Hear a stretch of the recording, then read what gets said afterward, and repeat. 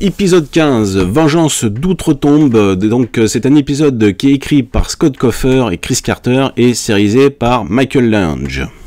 Alors ça a été une sacrée surprise en le revoyant. Dans mes souvenirs, je n'avais retenu que cette image bien dégueu de la main salamandre du méchant de l'intrigue.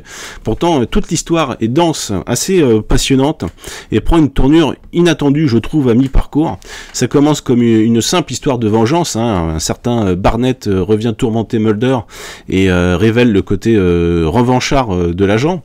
Puis par couches successives, il y a le fantastique qui arrive avec l'histoire de ce médecin qui cherchait un remède contre la progéria. Donc c'est une maladie qui provoque un vieillissement accéléré. Officiant en prison, il testera sur Barnett un produit dérivé de ses recherches pour refaire pousser une main droite au prisonnier.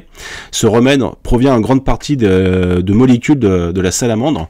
Et outre de faire pousser une main droite mi-humaine mi-reptile, Barnett se voit rajeunir.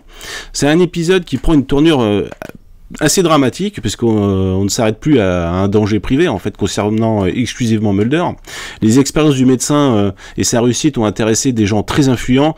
On laisse même entendre que les plus hautes autorités de l'État sont au courant, si bien que notre bon vieux gorge profonde vient faire un petit saut dans l'épisode pour briefer Mulder dans un bar, et boire un petit coup aussi, tant qu'à faire. Alors, à noter une très bonne musique, qui atteint son apogée dans l'ultime climax, un conservatoire où une amie de Scully tient un petit concerto de violoncelle. Il y a un chœur discret qui est ajouté et ça confère des allures opératiques à ce final. Au moment fort, je vais en retenir deux en particulier. Le collègue de Mulder qui, perché sur son téléphone, ne voit pas derrière lui une ombre menaçante qui se détache. Et enfin, Scully dans son appart en train de rédiger son rapport avec la voix off habituelle, sauf qu'elle est interrompue plusieurs fois, l'agent étant persuadé qu'il y a une présence dans la maison. Il y a la musique qui prend le dessus avec ce fameux chœur qui ajoute une couche émotionnelle et renchérit le sentiment d'un événement inéluctable et à l'issue fatale.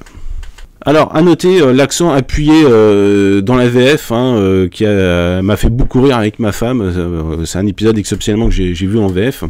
Le gars, il se prend pour Eddie Murphy, quoi. Plusieurs fois, il répète « C'est de la dynamite, Mulder. C'est de la dynamite ». Voilà, tout ce que j'avais à dire sur l'épisode Vengeance d'outre-tombe. À bientôt, ciao.